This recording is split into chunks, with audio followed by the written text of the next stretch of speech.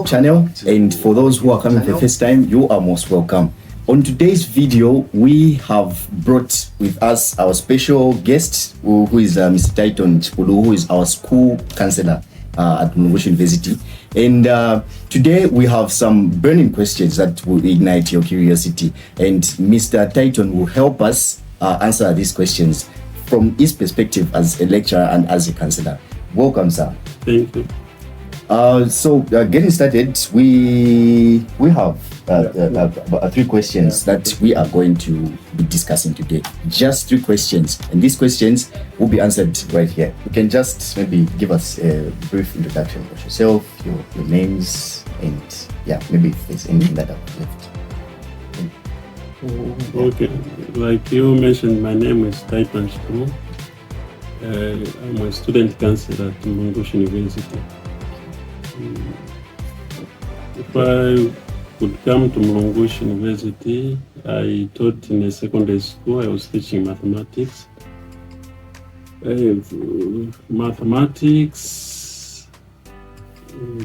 From there, I moved to a DEB's office, District Education Board office, to do statistics and planning. From there, I joined Mulungushi as a student counselor in 2009. So home is here. I think isn't it that the time it was really changing from a college to a university in 2008, the Act of Parliament was signed by then the President Mwanawasa to turn the National College into a university. So 2008 the university was opened, started, but me I came way after in 2009 as a student counselor.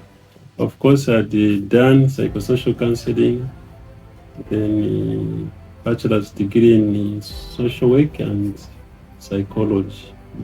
Before then I had done a diploma in education. That's why I ended up teaching mathematics. So we was in a secondary school, had a number of responsibilities. That's where I identified the social aspect. Though I was teaching mathematics, I would do as a house master, as a preventive maintenance chairperson, as an entertainment person, and then a patron for the club, anti-AIDS and anti-drug club. So how I ended up diverting from mathematics to social sciences is by way of Chikankata were conducting a survey, and when they came to Kabwe, they surveyed in a number of schools, the Kalonga, Kabwe Secondary School, and many other. So our pupils by then, I wouldn't say students, our pupils were found to have more knowledge in these social issues and AIDS and drug issues. So they were asked why. They mentioned that the patron, we had normally a meeting on a Wednesday, where in the afternoon we would talk about HIV and drug issues. So that's how the people from Chikankata were very happy about that. And then they offered that they sponsor me to do a psychosocial counseling, intensive psychosocial counseling course for 2 weeks. So we will start at the training school. I discovered that I can even do well in these social sciences like social work, psychology. They will give us an assignment, maybe I will get 98, 92. So I even said after that training, I said, so I can even do these other social sciences. So that's how I diverted to do social sciences. When I went to UNZA, that's how I started social work and psychology. Of course, my lecturers then, they also encouraged me to divert again to demography, because I used to enjoy demography. That's the study of population. So, but my focus was on the social work and psychology. So when I went back, I came back to the district office. I found that the position was taken. So I got transferred myself to a skill training institute, which is Kabwe Skills Training Institute, as a trainer now or instructor. So we opened up a social work and psychology class, diploma class. So after being there for almost like 6 months, Mulungushi advertised for the expertise of the counselor. So that's how I applied, and I found myself offered a job. So since 2009, I've been here.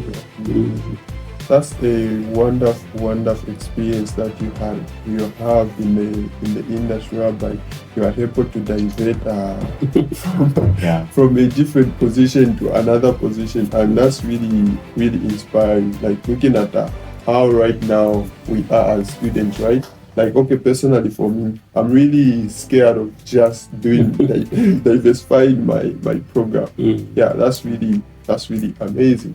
So getting back to our question, yeah. So like this question basically is just to help us understanding how we can close the gap of being in the academic background and the requirement of the corporate world.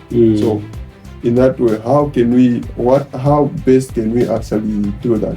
Yeah, that's from your perspective. What do you think can best be done in bridging that gap? The theory and the practical knowledge.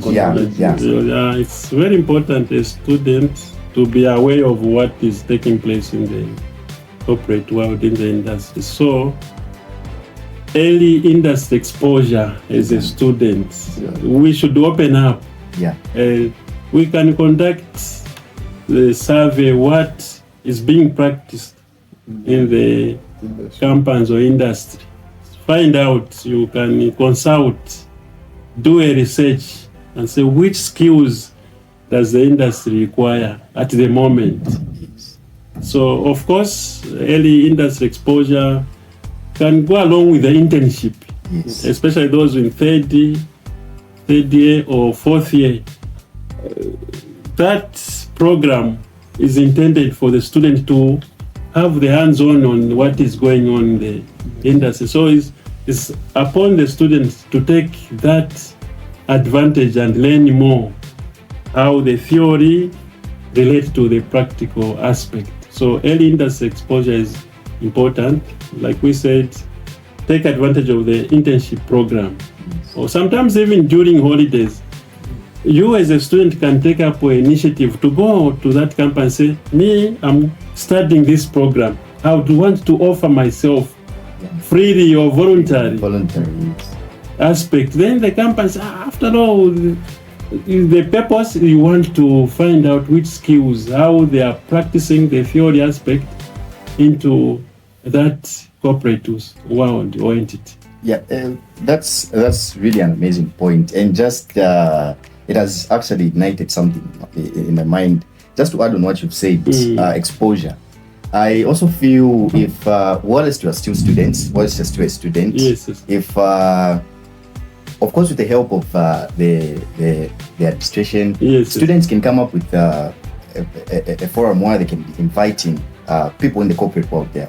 For instance, you call one of a professional at the Bank of Zambia, and then he comes here to have a session with the students, so that he can actually highlight what is expected of them from there and what is currently going on, and to avail some opportunities on how a student or a graduate can equip himself even as he's still a graduate. I feel in that line that can also be helpful.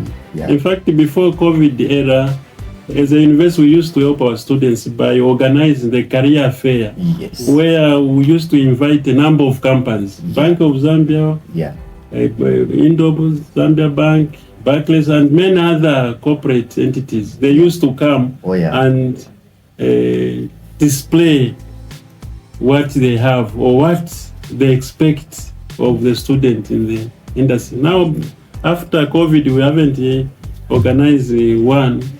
But I'm sure we'll go back and so that we provide that exposure to our students to the corporate world. Yeah, I think also that like it also brings up the idea of networking, right? Yes, so, exactly. And how can it actually help us as in the students just to have the networking aspect of of it, like to close up the same gap. Yes. Yeah. On that, I feel networking all comes about as a form of communication, having effective communication amongst yourselves, amongst the right people, amongst the lecturers. Yes. Yeah, just to mention a few. I feel in that way you'll be networking. I think that's where the networking comes in. Yes. Having effective communication. So in fact, we have a number of companies. You see during graduation that there's that networking already. A number of companies sponsor some of the best performing or graduating students. Yeah. So that is already in place. There's that positive development. Okay. Moving on to our next question, which is sometimes you get to wonder what strategies as a student, you get to wonder what strategies you're supposed to implement or what strategies are you supposed to put in place as an individual to help build a professional network, just as we discussed. So what strategies do you think a student can use to equip himself to those professional skills, even as he transitions into the corporate world? First of all, the students should do, like we say, take advantage, offer themselves to this corporate world. They should not just wait when I graduate. That's when I will link up or network with this company or corporate entity. They have to take advantage. Consult, have mentors. You see that research about this company. So it will take the student initiative to have such strategies, early consultation, say, I'm interested in your company. Yeah. What skills would you want or expect from a student? Then you'll be able to dialogue or interact with the human resource department in that given company. So that is one strategy where you offer yourself willingly, is that I want to have some knowledge about this company. So do some research, survey as a student. That's really wonderful. Looking at that, like how we can actually just gain a professional network and a variable industry connection as a graduate. And what other insight can you actually just enlighten more, just for us to have a clear picture of how it can be done as a student? How it could be done. Yes. At times there are seminars that come forth. Yeah. So as you have the ability to research, you are able to find out that there will be a seminar, there will be a workshop. You could offer yourself to say, I can, during this workshop, I can do this to gain skill, to gain an insight of what you do as a company. What role could I play as a student? And then you interact with the officials in that company, then they will be able to provide what you perform. So such initiatives would be very important strategy. I think just to add on the what you've said, I also feel looking at how the world has evolved, there's use of online platforms where you can advertise yourself, where you can sell out yourself. There's one social platform, LinkedIn. LinkedIn is an application where you can sell yourself out, like by putting your skills there, what you've acquired, your interests. It gives you an opportunity for employers to pick you, to get to work with you and to network with you. So I feel LinkedIn and even some other social platforms can also be useful as a strategy. Indeed, there are so many platforms, like we said, even like companies. Some companies, they've set up the link where you can download your CV, your curriculum vitae, so that they'll be able to, this is this person, this is what he or she has done. So they will be able to communicate at an opportune time. We've seen your CV. Please, would you avail yourself to come? So you offer yourself in such way. So those are important strategies indeed. So it all borders on the discipline, commitment, dedication of the student or the graduate to take up such platforms. Yeah, so moving on to our third question. Our third question is just talking about for example, like hi, I'm actually doing a job search process, and how can I highlight the adaptability and edginess to learn to compensate the lack of extensive experience. Like for example, like I'm applying for a certain job, right? Mm-hmm. And then this job requires like an applicant to have a minimum of 3 years of experience. How can I close up that lack of 3 years experience as a graduate or someone who has already graduated, was just from graduating? Okay, it's very important. Experience is what you gather. Even in this training as a student, that's enough experience, because the programs or the courses that you do, they are tailored towards to the application of the theory. So count that as experience, especially if you do internship.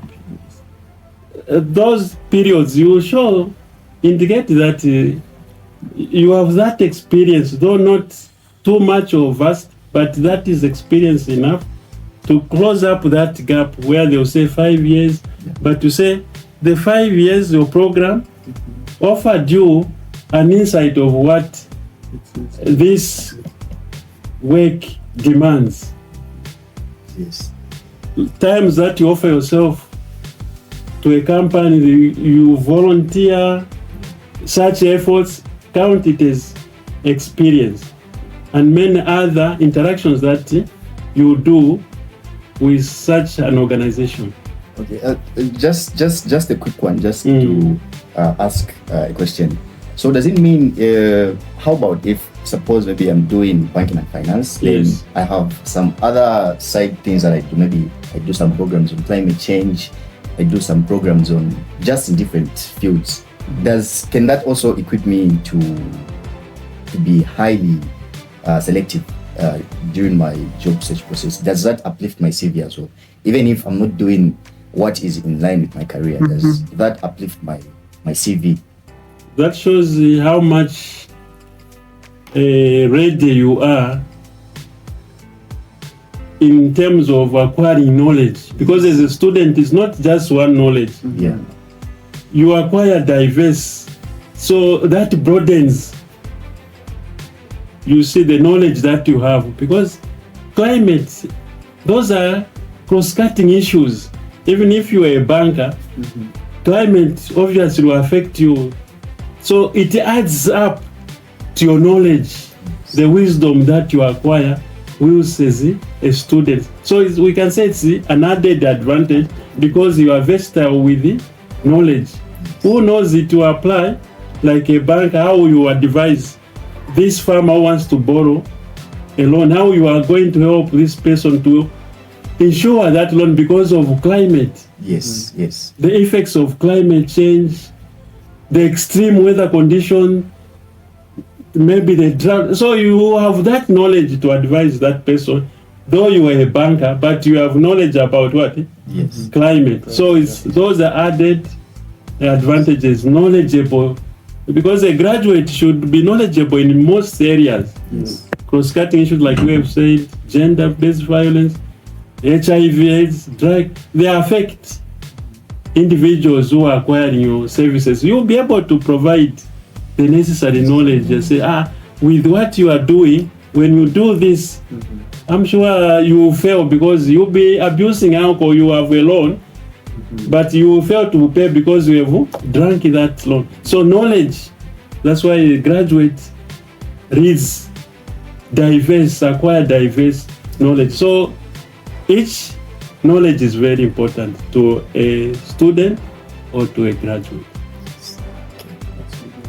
That's really nice. That's so like just to have a clear picture of what you have said. Just like just talking about like as a student, you have to have a continuous learning and growing yourself, not just limiting yourself to a certain particular like a program that you are doing.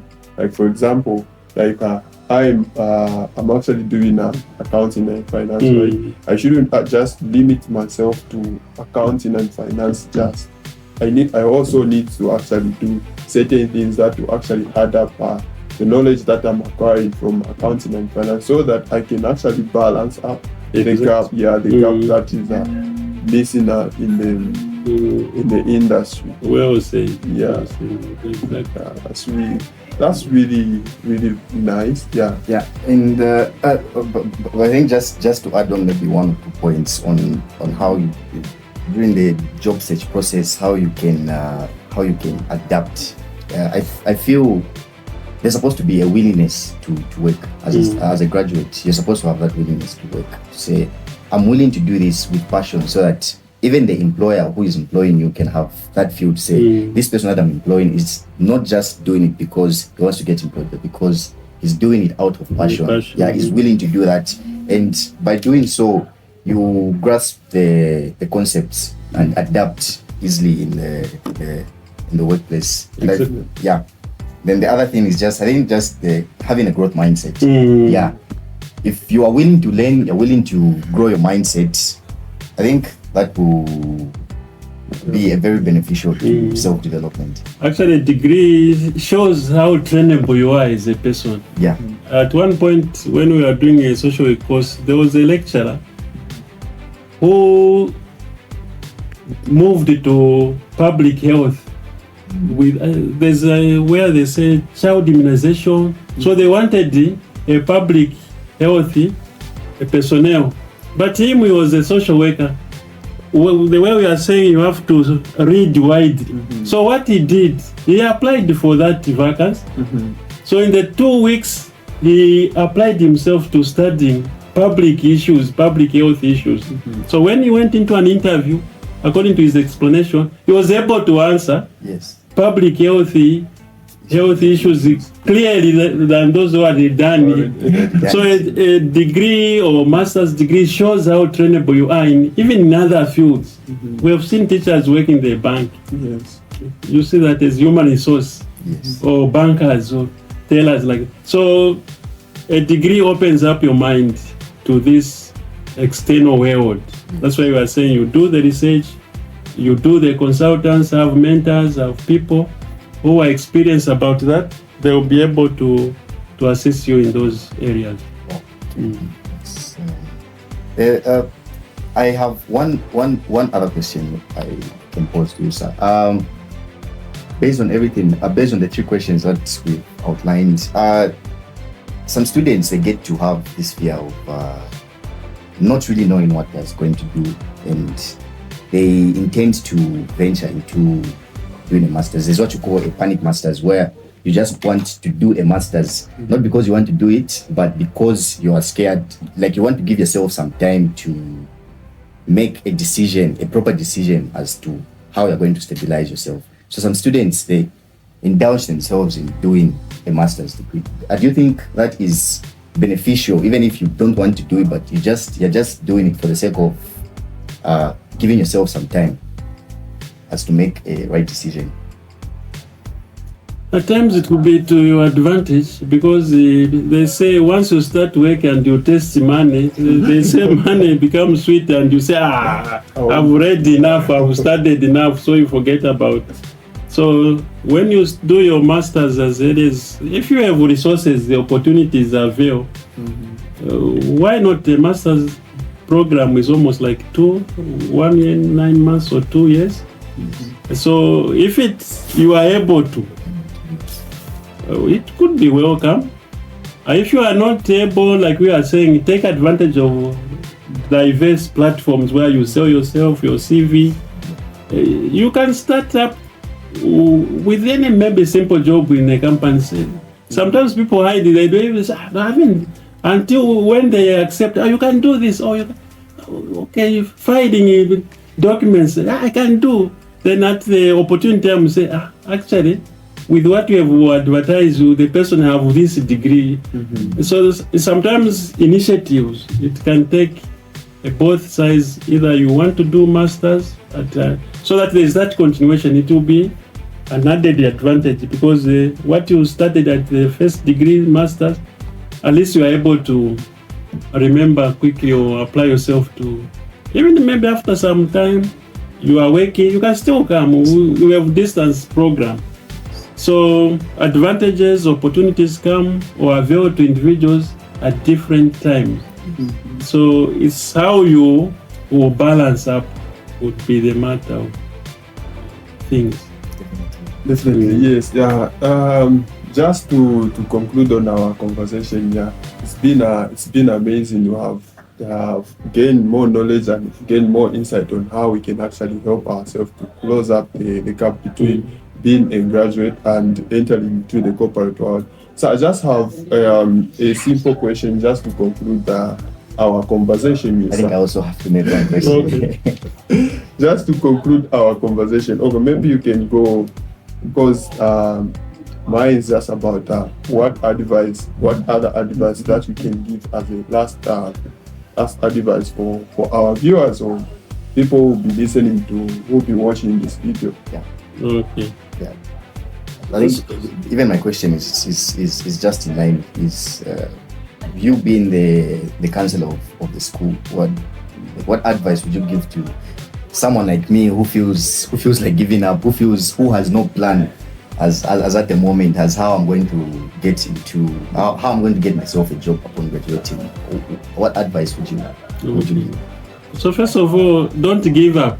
The university loves you. That's why we have the counseling and placement unit. Yes. So should you feel challenged is how you do, we could come in. At one time we used to go to campus to secure internship. Oh, yeah. As we go to such campus, sometimes we even ask if there are openings for our graduates. So you contact us. We can also link you to the vital necessary campus or corporate entities. So you are not working alone. We are together as a university. So don't give up. We are in an imperfect world. Challenges will be there. The self-blame, the inadequacy, the feelings of negativity. We are human beings. We can have those, but we can overcome them because so many people meet challenges, but they are able to overcome and they say, what I went through. Yes. But we need endurance, perseverance. And this is the time as a student to discipline ourselves, because whatever program you are doing is very important. It's very important. It will help you to be at another level. So the education that you are acquiring gives you confidence. After you complete, you can be your own boss. There are so many opportunities. You can't just wait to maybe to be employed. Just from the word go, we'll see some students doing some projects that society could benefit from. Because the programs that you are doing, they are tailored in a practical way to solve human issues. So just after you graduate, you can think of what you are doing. For example, you are doing maybe agriculture. Zambia needs more agriculturists. You can show people how you do the farming, new methods. Accounts, you can open up your own firm. You say, we'll be doing these accounts programs or projects to help some companies, auditing and so forth. So you can be your own boss. So you should not give up, say there are no jobs out there. You are the job as a graduate or as a student. You can start even now. There are a number of projects that you can run. Yes. So it will require perseverance, endurance, dedication, discipline, and embrace the education that the training. This is your foundation. They say charity begins at home. Yeah. It's here where you are acquiring this, sometimes the theory and combined with the practical knowledge, because you go in the field and see what people are present. So it's here you have to develop that culture of discipline, of hard working. And so things might not fall like manna. It's you to apply yourself as what? A student. So take advantage. Whatever you do in class, whatever you interact with the lecturers, embrace that. Is the great opportunity. So that when it comes to graduating, you would have known what points, what distinctions or merit you are getting with, or pass. So, but first of all, discipline, because in a university, there's much freedom. Yes. No one will say, do this, study, eat, what, bath. It's you as an individual. So, consider yourself as an adult now. Yes. And as you join the world there, you're already trained. So that knowledge that you are acquiring from here should play to the well-being of you as a student or as a graduate. That is, I feel like having this conversation over and over and over because it's getting exciting at every particular time. But due to time, we are supposed to start concluding. Yeah, we're supposed to. yeah. Yes. So, like, just to conclude our conversation, I think the main points that I've actually picked from what we have actually been talking about, I can just summarize them in like 3 ways. Like, So basically, it is you talked about us as students putting ourselves in the place whereby we are willing to save or we are willing to learn as a student, so that you acquire the skills and you acquire the experience that is needed in the corporate world. Also, as a student, you also have to develop some discipline in yourself, whereby you are able to stay disciplined with the goals that you've set for yourself or the standards that you have actually set for yourself. So here you have it, guys. And if you are looking for more videos, and if you are looking for more insights, follow us on this YouTube channel, as we will be bringing more insight and more variable insight from different people and from different Yes. I think it all goes without saying, like Benjamin Franklin once said, tell me and I'll forget. Teach me and I will learn. So you don't have, Benjamin Franklin once said, teach me and tell me and I'll forget. Teach me and I will learn. Involve me. Never forget. No, Yeah. I have to make this right. Just a minute. Okay, Benjamin Franklin. It all goes without saying. Tell me and I'll forget. Teach me and I'll learn. Oh my God. Involve me. So anyway, thank you guys for watching our YouTube, for watching our video. We appreciate the time that you are spending and watching our video. And cheers.